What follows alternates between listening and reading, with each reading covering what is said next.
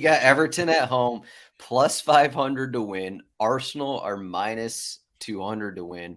And the draw is plus 350. This is a Sunday game. The last time these teams played, if we remember correctly, I believe it was Sean Dyche's first game with Everton. They beat Arsenal 1-0. Kind of surprised everyone. I look back at those odds. Everton were like plus 750 to win that game. Now, even though they've had a pretty bad start to the season, they are plus 500 to win. So I found that interesting. But over 2.5 goals is minus 160. Under 2.5 goals is plus 120. If you want to go heavy, over 3.5 goals is plus 160 as well. All right. So what do we got here? Everton, as you can see, some injury issues.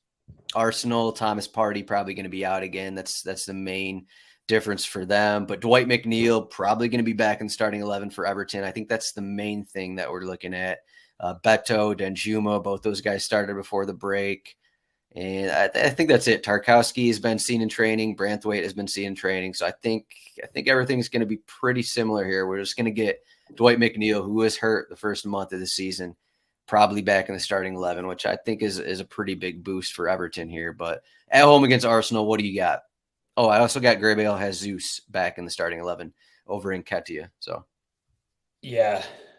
I mean, you just listed all the injuries. Jack Harrison back in training. I wonder if he gets a maybe like an appearance off the bench for his Everton debut. That could be nice. But yeah, I think Beto impressed in a League Cup game a couple weeks ago where he kind of came in and scored a couple goals to bring them through. But otherwise, Everton's got a pretty lengthy injury list here. It'll be interesting to see who they start. But yeah, Dwight McNeil, huge addition for them if he's able to. I think he played 14 minutes in the match before the international break. He's had now 2 weeks to train. I think that's plenty of time probably for him to gain fitness and to get back on the side. So as you mentioned, probably going to start this week, which could be a nice addition for them. On the other side, Arsenal, they're looking pretty healthy. They should have pretty much their full starting 11 in it.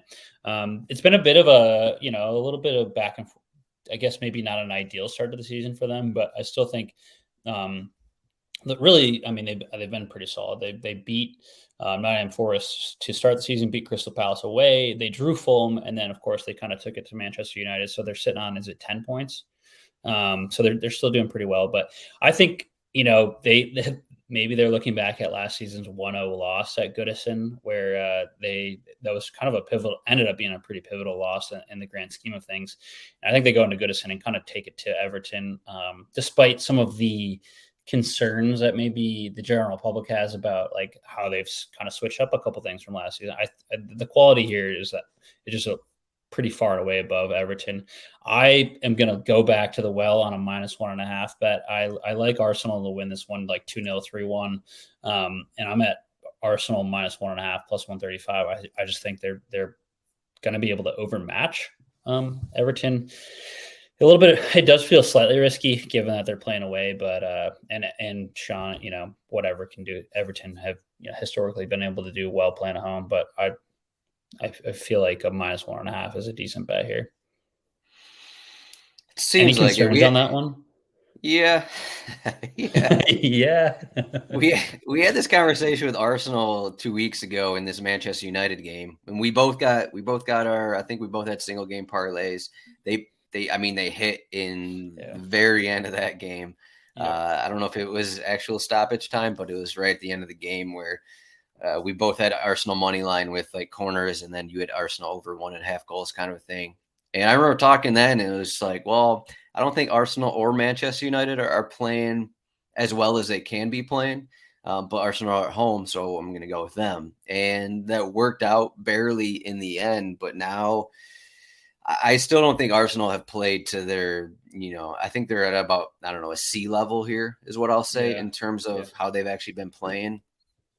I mean, they almost lost to Manchester United, really. I mean, Manchester United had a couple VAR calls go against them a little bit.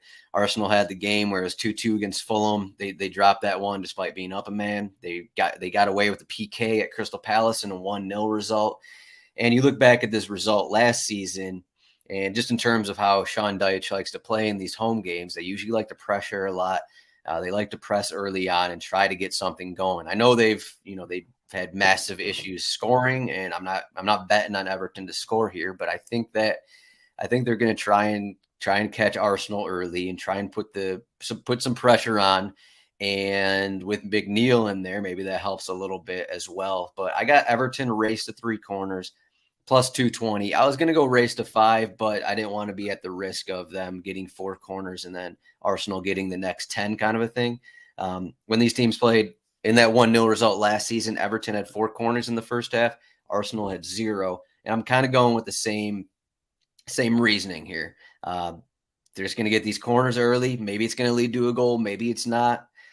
Probably not based on what we've seen so far this season. But Everton race to 3 corners plus 220 bet. As you can see here, my money total is down 227. So win this one, and I'm right there. I'm right there. Adam, I love it. Corners like with the best of them, but I'm a little concerned about this one.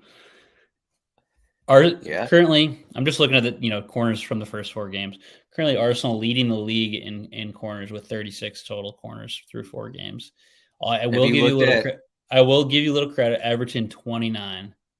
Any thoughts on those stats, or you just think that them being at home, they're going to be able to be on the front foot? I'd like to see the splits on first half, second half corners, and then home and away corners. Just based off, like, they were kind of pushing the entire match against Crystal Palace, trying to get that 1 goal. Similar against Manchester United. I think they had 6 or 7 corners in the first half, but again, that's a home match. And then the Nottingham Forest game, I mean, they are still pushing. I guess they had 2 goals early, but okay, even in that one. I mean, even that one's at home anyway. So I think you have to take into account that this is at Everton, where Everton have usually played better. And that's just what I'm going with here. All right, fair enough. Plus the plus 220. That's kind of a tasty bet. Yeah, I mean, we can get Everton 5 corners in the first half, but they don't score, and then Arsenal get 2 goals in the second half and they win, or even get 2 goals in the first half. And it's 2-0, and we both win it. So there you go. All right. I'm leveling slight concern on this one, but I also don't know corners like